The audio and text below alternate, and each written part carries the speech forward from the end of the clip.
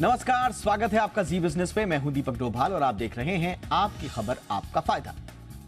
जब रेरा आया था तब लगा था कि घर खरीदारों की मुश्किलें खत्म होंगी, मगर जिस तरह से रेरा को अमल में लाया गया और उसे जो कानूनी हथियार दिए गए हैं वो बिल्डर्स की ताकत के सामने कुछ खास नहीं निकले। अब एक बार फिर से आस बनने लगी है। इस बार उपभोक्ता मामलों के मंत्रालय ने पहल की है। उसके नेतृत्व में हो रही बैठक में बैंक, रेगुलेटर्स, बिल्डर, ग्राहक एसोसिएशन और राज्यों के प्रतिनिधि शामिल हो रहे हैं। यानी करीब सभी स्टेक होल्डर्स शिरकत कर रहे हैं। इस शो में आज हम बात करेंगे कि रेरा आखिर क्यों बिना दांत का शेर साबित हुआ, इसे दांत और पंजे मजबूत करने के लिए और क्या क्या करने की जरूरत है ताकि घर खरीदारों को इंसाफ मिल सके। रेरा के सामने किस तरह की चुनौतियां अब तक आई हैं और जैसे हम कह रहे हैं कि उसे मजबूत करने के लिए और क्या कुछ किया जा सकता है, इस पर चर्चा। लेकिन सबसे पहले यह खास रिपोर्ट।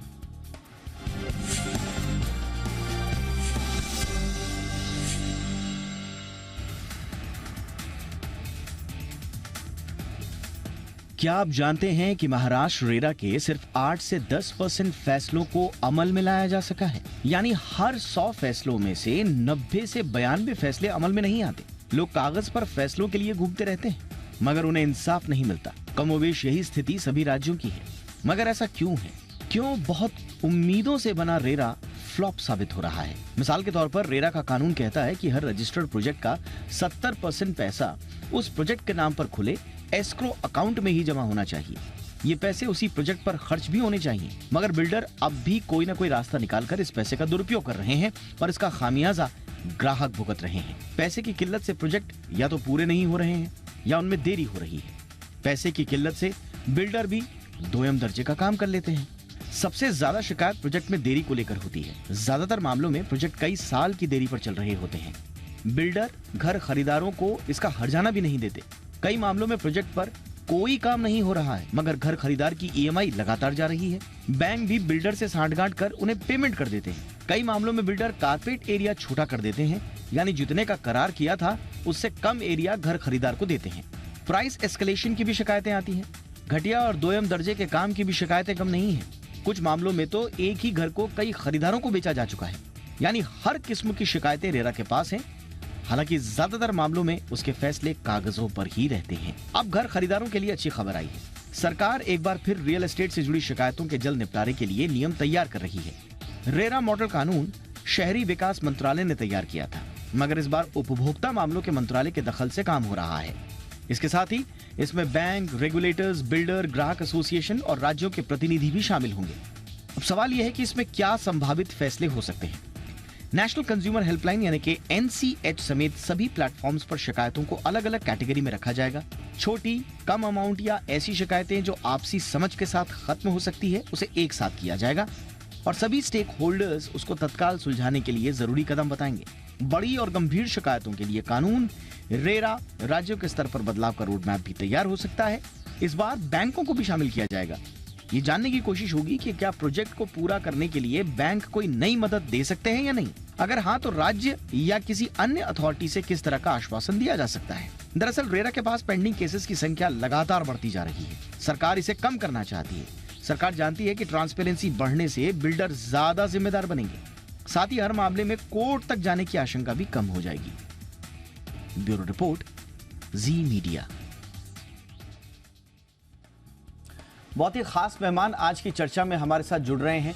सबसे पहले आज के मेहमानों का आपके साथ हम परिचय करा दें। हमारे साथ राजीव कुमार साहब जुड़ चुके हैं, चेयरमैन है यूपी रेरा के। राजीव जी, बहुत बहुत स्वागत है सर आपका हमारे शो पर। हमारे साथ हैं प्रशांत ठाकुर साहब जो कि सीनियर डायरेक्टर हैं एनरॉक के। प्रशांत जी, आपका बहुत बहुत स्वागत है। और हमारे साथ हैं अश्विनी उपाध्याय साहब, जाने माने एडवोकेट हैं सुप्रीम कोर्ट में और इस तरह के मामलों को उठाते रहे हैं। अश्विनी जी, आपका भी बहुत बहुत स्वागत है। राजीव सर, मैं चर्चा की शुरुआत आपसे ही करना चाहूँगा। और जब रेरा आया था, जैसा हमने रिपोर्ट में भी जिक्र किया, और बड़ा भरोसा जगा था और भरोसा हमें अभी भी ऐसा नहीं है। लेकिन गाहे बगाहे टूथलेस टाइगर कहा जाता था रेरा को। तो अब क्या हम ये मान लें कि इसमें सरकार की भी मोहर लग रही है? पहले सिर्फ शहरी विकास मंत्रालय था, अब उपभोक्ता मामले के मंत्रालयों को कूदना पड़ रहा है। ऐसी क्या जरूरत आन पड़ी सर? मान के चल रही है अब सरकार भी कि टूथलेस टाइगर ही है रेरा?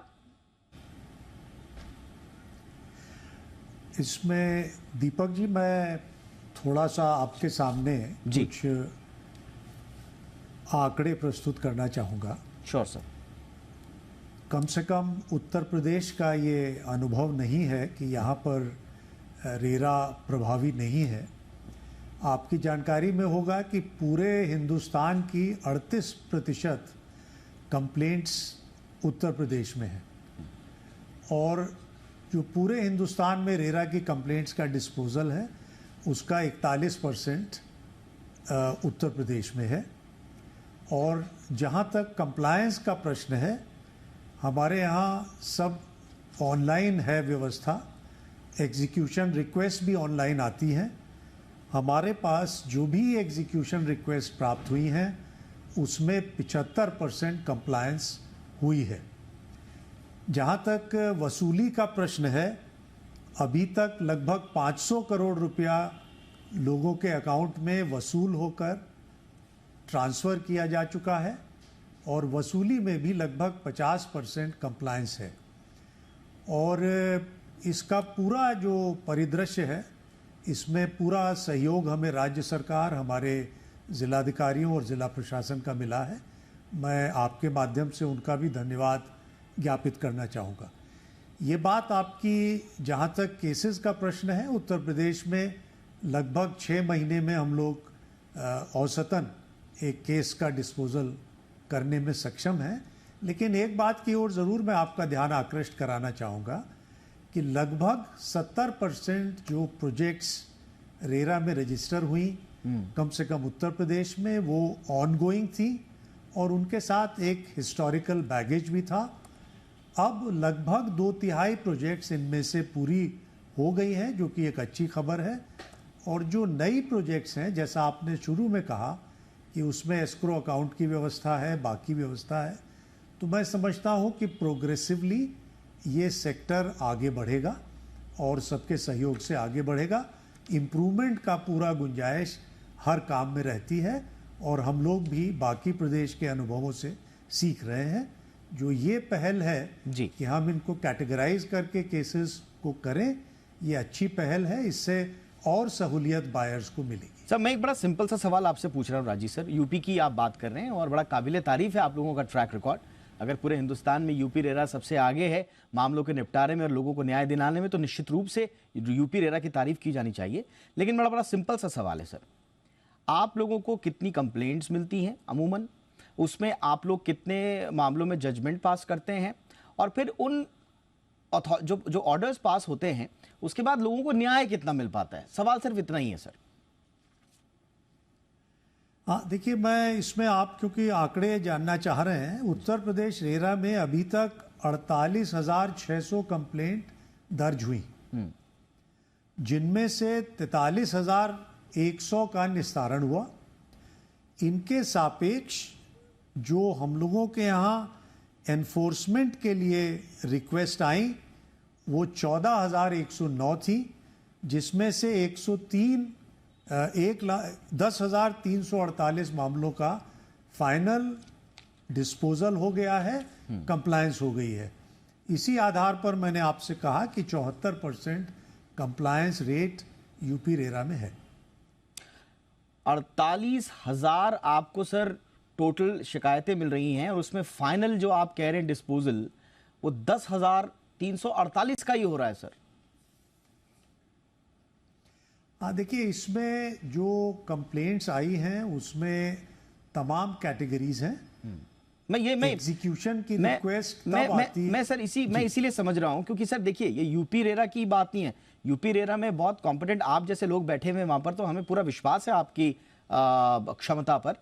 लेकिन इसी तरह के रेरा की जो कंप्लेंट्स है वो महाराष्ट्र से आई हैं, 10 से 12% ही मामलों में फाइनल न्याय मिल पाता है। इसी तरह से कर्नाटक में हम देख रहे हैं, पिछले साल का ये आंकड़ा है, 5,815 जो है कंप्लेंट्स मिली, उनमें से मात्र 232 होम बायर्स को बेनिफिट मिला, जो कि अथॉरिटी से ऑर्डर पास किए हुए हैं। तो इतनी सारी कंप्लेंट्स हैं और मामले जो न्याय मिलते हैं वो मुट्ठी भर हैं सर। ऐसा क्यों? ऐसा आपके हाथ में कौन सी पावर नहीं है जो आप एक ग्राहक को अधिकार नहीं दिला पा रहे हैं?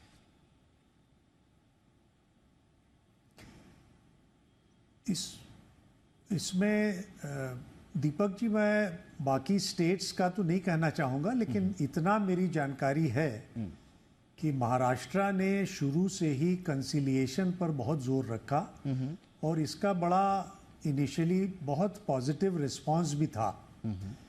और दूसरा जो आपने आंकड़े बाकी स्टेट्स के रखे, मैं समझ रहा हूँ क्योंकि हम लोगों का एक फोरम है, all India forum for chairpersons of RERA, वहाँ हम लोग आपस में पीरियोडिकली एक दूसरे से एक्सचेंज ऑफ आइडियाज़ भी लेते हैं। तो धीरे धीरे सभी स्टेट्स में चीज़ें एक दूसरे से सीख कर इम्प्रूव हो रही हैं। एब्सोल्युटली। और मेरा अपना विश्वास ये है कि आप जब ये कार्यक्रम 1-1.5 साल बाद करेंगे तो आपको बहुत डिफरेंट तस्वीर दिखाई देगी। ठीक है सर, देखिए मैंने जैसा कहा कि जिस उद्देश्य से रेरा की स्थापना की गई थी वो उद्देश्य बड़ा पावन है, और ऐसा नहीं है कि रेरा में बैठे हुए लोग कुछ नहीं कर रहे हैं। आप जैसे लोग हैं बड़ी क्षमता के साथ काम कर रहे हैं, लेकिन बार बार एक बात जो भरकर सामने आती है कि वो पावर्स नहीं दी जा रही हैं। प्रशांत जी, वो पावर्स नहीं है। टूथलेस टाइगर बार बार कहा जाता है। अगर पावर्स होती तो हमारे पास जो निस्तारण के जो फाइनल आंकड़े हैं वो कुछ और होते। अगर पावर्स होती तो फिर आज उपभोक्ता मामले को कूदकर ये नहीं कहना पड़ता कि साहब अब हम मामले को टेक ओवर करते हैं। दीपक जी, पहली बात तो मैं ये कहना चाहूंगा कि रेरा मेरे ख्याल से अभी स्टिल वर्क इन प्रोग्रेस माना जाए। एक बहुत ही अच्छी पहल है एक ऐसे सेक्टर के लिए जो कि काफी समय तक अनरेगुलेटेड रही। पर आपका सवाल भी बिल्कुल सही है।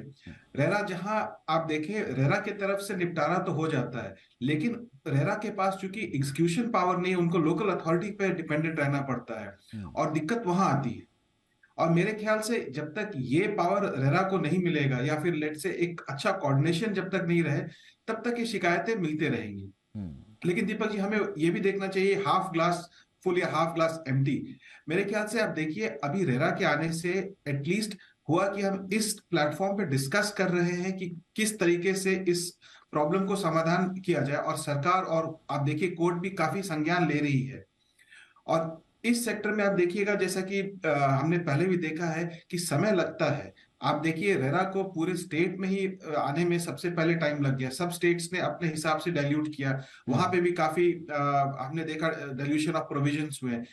पर अब धीरे धीरे जिस तरीके से कंज्यूमर मेरे ख्याल से जागरूक हो रहा है, ये एक ऐसा फोर्स है जहां पे सरकार को इस चीज को इग्नोर नहीं करना सकते हैं। और मेरे ख्याल से सबसे प्रॉब्लम का सबसे बड़ा सोल्यूशन यही होगा कि जब तक रेरा को एक एनफोर्समेंट पावर नहीं मिलेगा, तब तक आप उन आदेशों को जिसको आपने पारित किया है उसको आप एग्जीक्यूट नहीं कर पाएंगे, तो एंड यूजर को वो फायदा नहीं मिलेगा। Absolutely, absolutely, absolutely. Ashwini ji, यही तो बात है कि आपने रेरा को देखिए, मैं आंकड़े जब देखता हूं तो बिल्कुल सही बात कही प्रशांत जी ने कि हम कम से कम आज इस अवस्था में तो है कि कम से कम बैठकर किसी अथॉरिटी के गुणदोष पर हम बातचीत कर पा रहे हैं। लेकिन आप नॉन इम्प्लीमेंटेशन का जो सबसे बड़ा प्रॉब्लम है, आप रेरा को यदि एम्पावर करेंगे नहीं, एनफोर्समेंट से उसको लेस करेंगे नहीं, तो नॉन इम्प्लीमेंटेशन की प्रॉब्लम्स तो आती ही नहीं। अश्विनी जी। दीपक जी, देखिए मेरे पास कुछ केसेस भी हैं जी, जो मैं सुप्रीम कोर्ट, हाई कोर्ट और अलग अलग फोरम पे उसको देख रहा हूँ, लड़ रहा हूँ उसके लिए। और आपको याद होगा कि मैंने पीआईएल फाइल किया था यूनिफॉर्म बिल्डर बायर एग्रीमेंट की, भारत में एक one nation one builder buyer agreement बने। बहुत शानदार था सर, हमने आपने शो भी किया था। बाद चीजें बदली। हाँ, रेरा के आने के बाद चीजें बदली हैं, पहले से बेटर हुआ है सिचुएशन। लेकिन एक तो ये कि निश्चित रूप से रेरा का कोई खौफ नहीं है। जैसे एक रेरा का खौफ होना चाहिए था ना कि भाई अगर हमने ये काम नहीं किया, रेरा का ऑर्डर का कंप्लायंस नहीं किया, तो हमें कम से कम इतना ये पेनल एक्शन हो जाएगा या हमें जेल भी हो सकती है, हमें कुछ इस तरीके का उसमें दिया नहीं है। दूसरा, इवन उत्तर प्रदेश में आज भी कम से कम 500 तरीके के एग्रीमेंट चल रहे हैं। 500 तरीके के, जितने बिल्डर उतने एग्रीमेंट, कोई यूनिफॉर्मिटी नहीं। जो उनकी टर्म्स कंडीशन टोटल एक तरफा, वो कह रहा है कि अगर हम डिले करेंगे तो इतना परसेंट लेंगे, आपका चेक बाउंस होगा इतना परसेंट लेंगे। तो एग्रीमेंट एक तरफा है, कोई बायर्स का चार्टर नहीं है। एक चार्टर होना चाहिए था, जो वो चार्टर नहीं है। कोई unified common builder buyer agreement नहीं है, कोई 50 पेज का एग्रीमेंट बना रहा है, कोई 30 पेज का बना रहा है, कोई 40 पेज का बना रहा है। और अल्टीमेटली बायर्स क्या चाहिए? दीपक डोभाल जी, अगर आप एक 3 बेडरूम का फ्लैट या 4 बेडरूम का फ्लैट अगर आप बुक करोगे तो आप 3-4 चीज चाहोगे। पहली बात ये कि भाई कल को अर्थक्वेक आए तो आपका कम से कम कोई दिक्कत ना आए। दूसरा ये कोई लीकेज ना हो, कोई सीपेज ना हो। तीसरा आप क्या चाहोगे कि कम से कम जो कमिटमेंट हो रहा है कि भाई हमको 2.5-3 साल में मिल जाएगा, हमको मिल जाए। आपका और क्या चाहोगे कि रूम की साइज जितनी कही गई वो मिल जाए, बालकनी की साइज जितनी कही गई वो मिल गई। अनफॉर्चुनेटली आज भी हम जब 2023 में बैठे हैं, रेरा लागू किए लगभग 5 साल होने वाला भी है, नहीं 5 साल तो 4 साल तो इफेक्टिवली मतलब चल ही रहा है काम। इसके बावजूद चीटिंग हो रही है, बायर के साथ फ्रॉड हो रहा है। आज भी जो प्रॉमिस किया जा रहा है उसको फुलफिल नहीं किया जा रहा है। रेरा के ऑर्डर हो रहे हैं, स्वाभाविक सी बात है। कुछ राज्यों में बहुत बुरा हाल है, कुछ नहीं होता। हाँ, लखनऊ में, यूपी में थोड़ा सा इफेक्टिव है, बेटर है। लेकिन कंप्लायंस का एक तो होता है ऑर्डर को पास कर देना। आपके पास कोई ग्रीवियंस आ गई, आपने उसको पास कर दिया, आपने उस पर एक ऑर्डर दे दिया, लेकिन वो ऑर्डर इफेक्टिवली इंप्लीमेंट हुआ कि नहीं, वो नोएडा एक्सटेंशन के बिल्डर ने और बायर बिल्डर ने उस चीज को इंप्लीमेंट करके दिया कि नहीं दिया। मैं आज भी कह रहा हूं, कई सारे ऐसे प्रोजेक्ट हैं मैं जानता हूं जहां पे मजबूरी में, चूंकि उनकी ईएमआई चल रही है, बैंक से लोन ले चुके हैं, सब कुछ हो गया है, बेचारे बिना लिफ्ट के रह रहे हैं। वो सीढ़ियों से चढ़ते हैं, उनको इस बात का खौफ रहता है कहीं लिफ्ट में बैठूं और ऐसा ना हो कि लिफ्ट एकाएक टूट जाए या पावर चली जाए तो बैकअप ना आए। तो लोग 6वें 7वें मंजिल पे बिना लिफ्ट के सीढ़ियों से चढ़ते हैं। मैं पर्सनल अपनी जानकारी के हिसाब से बता रहा हूं। बिल्कुल। और वो केस भी चल रहा है। उनका ब्रोचर में दे देंगे कि भाई हम वाटर ट्रीटमेंट प्लांट भी लगाएंगे, सीवर ट्रीटमेंट प्लांट भी लगाएंगे, फायर सिस्टम भी लगाएंगे, जो भी और सेफ्टी सिक्योरिटी चीजें हैं। एक्चुअल में उनका कंप्लायंस नहीं हो रहा है, ये दुख है। एब्सोल्युटली। एक बड़ा सिस्टम जो बड़ा प्रॉब्लम है वो ये है कि रेरा के ऑर्डर को, जो बार बार देखिए घूम फिर के रेरा के ऑर्डर के इंप्लीमेंटेशन की बात आ रही है। रेरा ने तो बड़ा महत्वपूर्ण काम करके मेहनत से इंप्लीमेंट कर दिया। अब अगर प्रमोटर ही प्रोजेक्ट को छोड़ के भाग जाए, प्रमोटर ही पकड़ में नहीं आ रहा है, रिकवरी के लिए एसेट्स नहीं है, तो क्या करेगा रेरा? तो ऐसे मामलों के लिए आपको रेरा को और एम्पावर करना पड़ेगा। अब थोड़ा सा समझेंगे हम राजीव जी से कि रेरा की ओर से, अथॉरिटी की ओर से सरकार के साथ बैठकर जब ये इन्फोर्समेंट जो की पावर है उससे लैस होने की जब बात करते हैं, तो फिर सरकार की ओर से क्या फीडबैक दिया जाता है, ये समझना भी बड़ा आवश्यक होगा, क्योंकि बड़ी महत्वपूर्ण मीटिंग ये होने वाली है।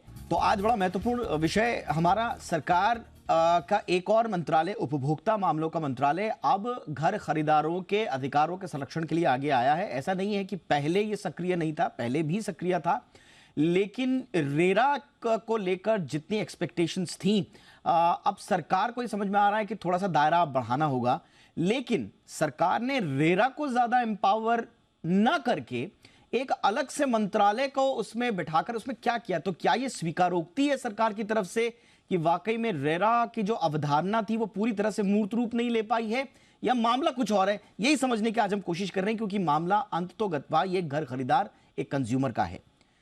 राजीव जी, जरा हमें थोड़ा सा और समझाएं, क्योंकि बार बार रेरा पर एक तरफा आरोप लगाकर चले जाना ये भी सही नहीं है। थोड़ा समझाएं एक आम ग्राहक को कि आप लोगों की भी क्या क्या मजबूरियां होती हैं, आप लोग कहां फंस जाते हैं। एक दो केस तो मैंने बताया कि अब क्या करेगा रेरा, अगर प्रमोटर ही भाग गया है, अब मिल ही नहीं रहा है, अगर उसको ऑक्शन भी करते हैं आप, या रिकवरी के लिए बोलते हैं, ऑक्शन का तो मुझे नहीं पता, लेकिन रिकवरी के अगर बोलते हैं, पता चला कि प्रोजेक्ट का कॉस्ट ही नहीं है जितनी की रिकवरी है उस पर, तो आप लोग भी इसमें क्या कर लेंगे? तो कौन कौन सी प्रॉब्लम आप लोग फेस करते हैं?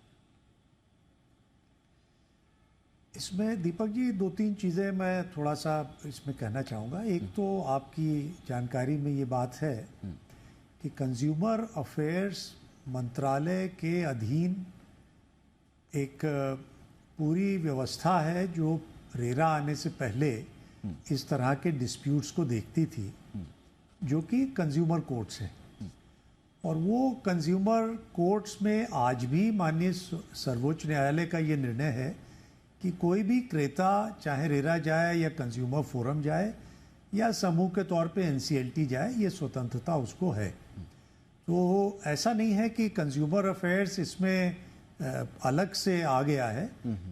कंज्यूमर कोर्ट्स उनके साथ हैं, उस विभाग के साथ हैं, उनका प्रशासनिक विभाग है। तो वो भी एक व्यवस्था करते हैं। लेकिन आपने एक बहुत महत्वपूर्ण बिंदु उठाया है जो मैं समझता हूँ कि जो एनफोर्समेंट का इश्यू है वो तो अपनी जगह महत्वपूर्ण है, लेकिन जो स्टॉल्ड प्रोजेक्ट्स का इश्यू है वो उससे भी ज़्यादा है। और इसमें आपकी जानकारी है कि भारत सरकार ने स्वामी फंड बनाया, अलग अलग राज्य सरकारें किसी तरह प्रोजेक्ट पूरी हो इसके लिए सपोर्ट कर रही हैं। आज भी लखनऊ में मुख्य सचिव उत्तर प्रदेश इसी मसले पर एक बैठक ले रहे हैं।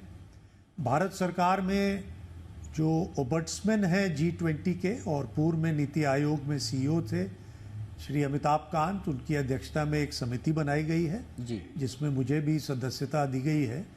24 तारीख को उसकी भी बैठक है। और ये स्टॉल्ड प्रोजेक्ट्स स्पेशली कुछ इलाकों में एक बड़ी समस्या है। इसमें जो प्रोजेक्ट्स वायबल हैं, जो स्वामी फंड से फंडेड हो सकते हैं, धीरे धीरे उस फंड ने बहुत अच्छा काम किया है और बहुत सी प्रोजेक्ट्स को पूरा किया है। उत्तर प्रदेश रेरा ने भी लगभग 15 ऐसी प्रोजेक्ट्स टेकअप करी हैं रेरा एक्ट की धारा 8 के अधीन। धारा 15 के अधीन 4 प्रोजेक्ट्स टेकअप की हैं जहां पर कि सहभागिता के साथ प्रोजेक्ट्स पूरी करा रहे हैं। और मुझे ये कहते हुए खुशी है कि इस तरह की प्रोजेक्ट्स के अब OC मिलने शुरू हो गए हैं। लेकिन जिस वृहद पैमाने पर स्टॉल्ड प्रोजेक्ट्स की प्रॉब्लम है, स्पेशली उन स्टेट्स में जहां पर प्रोजेक्ट्स की संख्या बहुत ज़्यादा है, इसका कोई ना कोई निदान ढूंढना आवश्यक है। ठीक है, ताकि जो बायर्स परेशान हैं, रेंट दे रहे हैं, EMI भी दे रहे हैं, घर की प्रतीक्षा में हैं, उनका घर की जो आस है वो पूरी हो सके। अब देखिए, मैं यही तो कह रहा हूं सर, जो आप जो कह रहे हैं ना राजीव सर, आप जो कह रहे हैं बिल्कुल साफ गोई से कह रहे हैं। एंड आई अप्रिशिएट यू जिस साफ गोई से कह रहे हैं कि भाई जो काम अभी रह गए हैं उनका निदान होना बहुत ज़रूरी है, क्योंकि ताकि उपभोक्ता का उसका अधिकार मिले। मैं यही तो कह रहा हूं कि ये शब्द तो आने ही नहीं चाहिए थे। रेरा एक ऐसा एक सिंगल विंडो होना चाहिए था कि इसके बाद अब आप भी आगे कह रहे हैं कि भाई इन समस्याओं का निदान भी होना चाहिए, यानी कि काम रह रहा है। प्रशांत जी, अब इस मीटिंग के बाद हम क्या अपेक्षा करें? रेरा को कैसे और एम्पावर किया जाए? आपको पहले तो सरकार से आप क्या अपेक्षा कर रहे हैं? ये मंत्रालय का आना, उसकी एंगेजमेंट क्या कहता है? मेरे ख्याल से सबसे पहले रेरा को एक एनफोर्समेंट पावर मिलना जरूरी है। दूसरा क्या है, मेरे ख्याल से मैन पावर बढ़ाना बहुत जरूरी है। हम 2-3 बिंदुओं को भूल रहे हैं इसमें। बिल्डरों को हर क्वार्टर अपने प्रोजेक्ट के अपडेट्स उसमें डालने होते हैं। अभी रेरा के पास इतना मैन पावर नहीं है कि वो ये भी चेक कर पाए जो डॉक्यूमेंट अप्रूवल के लिए दिए जा रहे हैं वो वाकई में कितने जेन्युइन है, क्या क्वार्टरली बेसिस पे अपडेट हो रहा है कि नहीं हो रहा है। सो बेसिक जो हाइजीन फैक्टर रहता है जिसकी वजह से बिल्डरों में एक डिसिप्लिन आए, वो अभी नहीं हो पा रहा बिकॉज रेरा के पास मैन पावर नहीं है। सो मेरा ये मानना है कि सबसे पहले रेरा को स्ट्रेंथन किया जाए, बोथ यूज ऑफ टेक्नोलॉजी और मैन पावर, ताकि प्रॉब्लम को जड़ से ही आप टैकल करें। आप गलत प्रोजेक्ट सिस्टम में आने ही ना दे, उनको रेरा ही नहीं ना मिले, और एक लेवल का चेक वहां बना रहे। और दूसरा, जैसा कि मैंने कहा कि हर प्रॉब्लम का जड़ है कि जब तक रेरा का, जैसा कि एक हमारे पैनलिस्ट ने बोला कि जब तक खौफ ना हो, जैसे आज देखिए सेबी का एक खौफ है, उसी तरीके से एक रेगुलेटर का जब तक एक पॉजिटिव खौफ ना हो सिस्टम में, और वो तभी होगा जब वो एक एनफोर्समेंट पावर के साथ आएगा। तो ये 2 चीजें मेरे ख्याल से करना बहुत जरूरी है, जहां पे रेरा को थोड़ा और हमें एम्पावर करें इन टर्म्स ऑफ एनफोर्समेंट। दूसरा, मैन पावर और टेक्नोलॉजी दिया जाए जिसके बेसिस पे वो लोग basic discipline right from the point of application जब आता है वो कितना जेन्युइन है, प्रोग्रेस अपडेट हो रहा है कि नहीं हो रहा है, ये सब देखा जाए। ठीक है सर, ठीक है। अश्विनी सर आपकी क्या सलाह होगी? नहीं, मैं बिल्कुल सहमत हूं, और मेरा तो 2-3 बात इसमें ये भी कहना है कि सबसे पहला तो जो हम बिल्डर के साथ अंडरटेकिंग लेते हैं, आप जरा सोचिए, जो बिल्डर है वो जो बायर के साथ एग्रीमेंट करता है उसमें आप जरा देखिए कि एक तरीके से 30 और 70 का रेशियो होता है। सारी टर्म्स कंडीशन बिल्डर की होती है जो उसके पक्ष में होती है, 30% वो बायर की तरफ होता है। लेकिन जब वो अंडरटेकिंग रेरा को देता है बिल्डर, उसमें बहुत ज़्यादा कुछ नहीं होता है। तो मुझे लगता है जो बिल्डर्स के साथ अंडरटेकिंग लिया जाता है, जब उसको हम रेरा रजिस्ट्रेशन नंबर देते हैं, उसको भी उसकी टर्म्स कंडीशन को रिव्यू करने की जरूरत है। और दूसरा, ये जो एक तो बड़ी प्रॉब्लम ये हो रही है, उत्तर प्रदेश बहुत बड़ा है, इतना बड़ा है कि मेरठ से और मुजफ्फरनगर से लखनऊ लगभग 600 किलोमीटर 700 किलोमीटर है। तो मेरठ और मुजफ्फरनगर का बायर जो बेचारा सर्विस क्लास का है और ऑलरेडी वो ईएमआई में परेशान है, किराए में परेशान है, प्राइवेट जॉब भी करता है, तो मंडे टू फ्राइडे सैटरडे उसको जॉब में भी फंसा हुआ है, एक उसको विंडो मिलनी चाहिए कि कम से कम वो ऑनलाइन अपनी सुनवाई, एक ऑनलाइन सुनवाई का उसको अपॉर्चुनिटी मिलनी चाहिए। ऑनलाइन कंप्लेन तो हो सकती है लेकिन ऑनलाइन सुनवाई नहीं हो सकती। मुझे लगता है कहीं ना कहीं जब अब हम इस टेक्नोलॉजी को यूज करके एक ऐसी व्यवस्था कर सकें जहाँ के कि कंज्यूमर को, बायर को भी वो अपने घर से बैठे बैठे भी कोई एक विंडो हो जहाँ की वो लॉगिन करे, जूम हो या कोई भी और व्यवस्था हो जिसपे जाके वो सीधे सीधे ये बड़ा राजीव जी को अपने ही गाजियाबाद में बैठे बैठे या मुजफ्फरनगर में बैठे बैठे यहीं से अपनी कंप्लेंट बता सके और 1-to-1 वर्चुअली जुड़ सके, ये बड़ा इंपॉर्टेंट है। ये आपने बहुत बड़ा महत्वपूर्ण कंज्यूमर सेंट्रिक ये सुझाव है। बहरहाल हम उम्मीद यही करते हैं कि रेरा जिस दिशा में काम कर रहा है उसमें और प्रगति आए और सरकार थोड़ा सा और सपोर्ट करे, रेरा को थोड़ा और इन्फोर्समेंट से इक्विप करे, या फिर अपना भी अगर वो इंटरफेरेंस करना चाहती है तो उसका इंटरफेरेंस भी इस तरह का हो जो कि अंत तो गत्वा स्पीड अप करे मामलों को और न्याय दिला पाए हमारे उपभोक्ता को। बहुत बहुत शुक्रिया आप तीनों का, आपने वक्त निकाला सर। राजीव कुमार सर बहुत बहुत शुक्रिया, प्रशांत ठाकुर सर बहुत बहुत शुक्रिया, अश्विनी सर आपका भी बहुत बहुत शुक्रिया। आपकी खबर आपका फायदा में इतना ही, इजाजत दें, नमस्कार।